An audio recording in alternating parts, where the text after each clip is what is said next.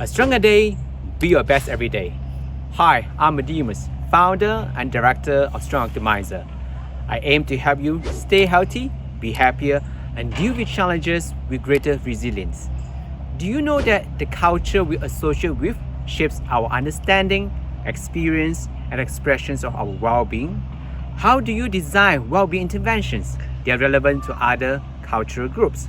Today, you will meet Lanxi Huang. Lanxi will show you why it's important to define and understand well-being within the cultural context and how to promote and strengthen well-being to other cultural groups. And here is a bonus treat for you. I will conduct the interview in both English and Chinese. Thank you and 谢谢.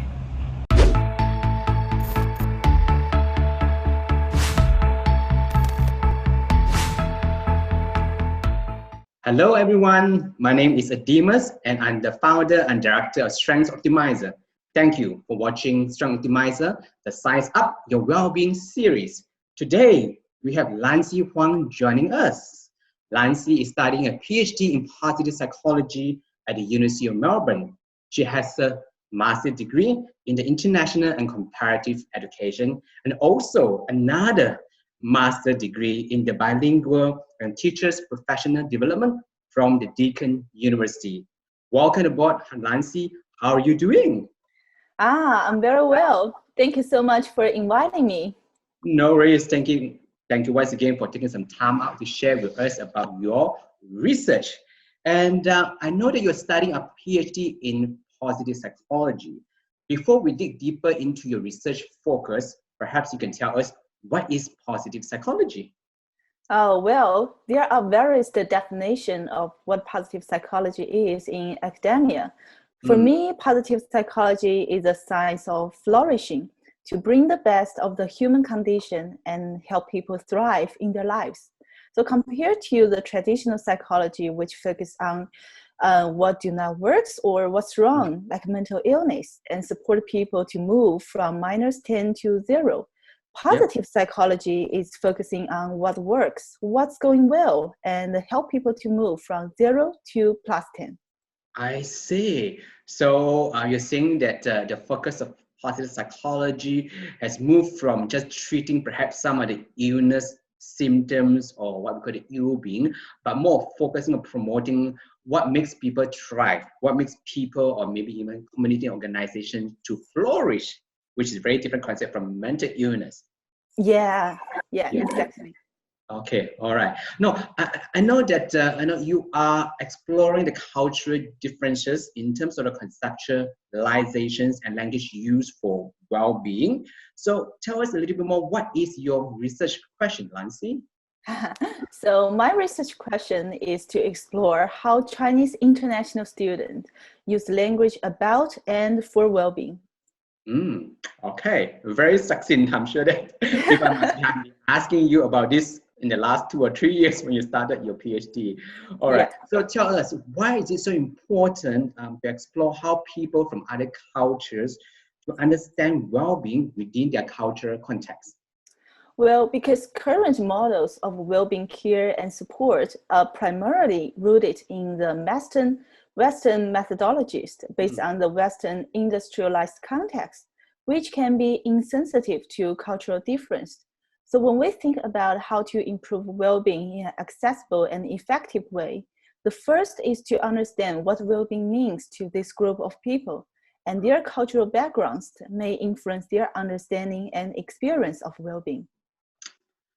Fascinating, and I guess that is also what intrigue and interests me about your research project or your research proposal, because you're so right. You know, the well-being as a scientific field of study, predominantly a lot of research applications are coming from the Western countries, what we call the developed countries, and we know that as valid as they are, sometimes it can't really be generalized to other cultural groups, which may have different language for well-being, different conception and understanding of well-being as well. So definitely, yes, I echo with you. It's so important to put in the cultural context or cultural lens when we're trying to communicate well-being or maybe even promote well-being to other cultural groups as well. So well done for your research.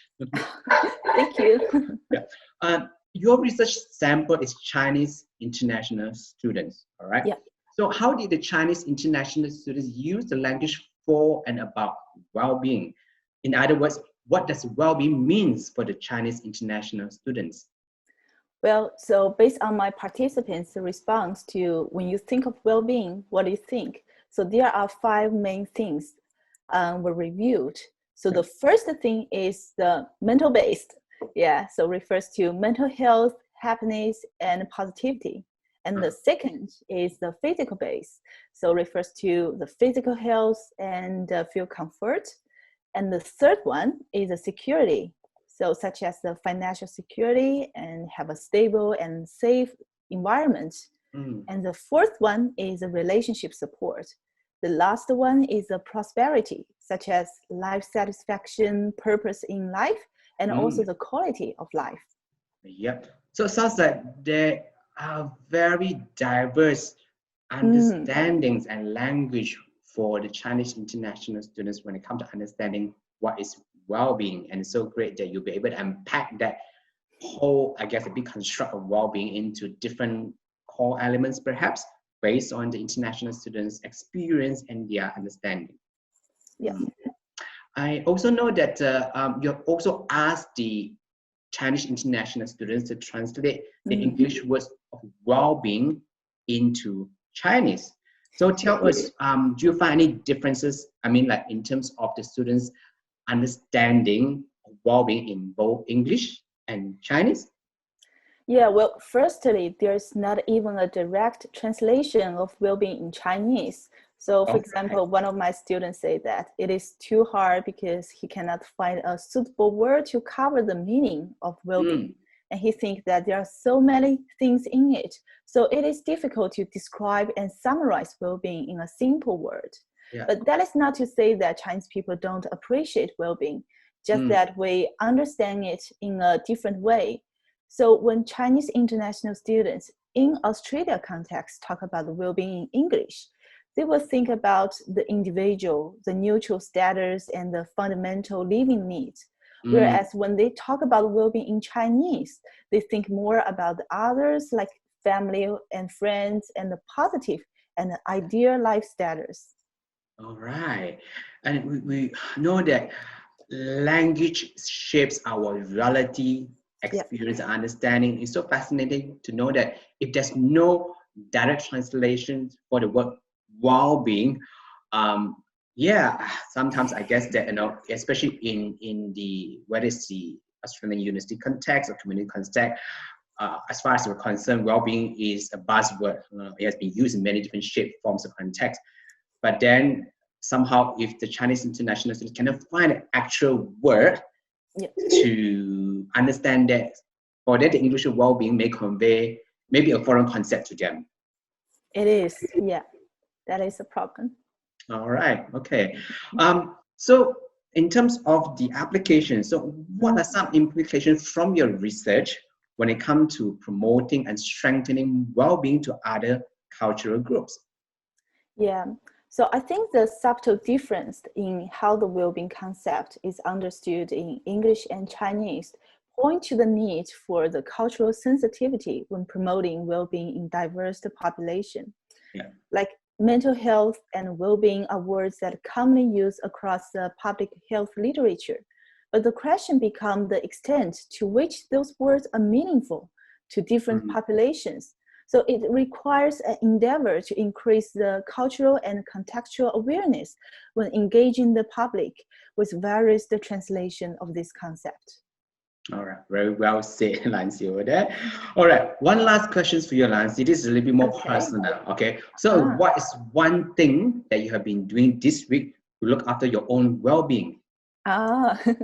So yesterday I joined a birthday party with my friends, and it is so good to have this in-person social connection and build the relationship, especially we haven't seen each other since the lockdown in Melbourne for I think more than half a year. So so I feel blessed, and it is good for my well-being.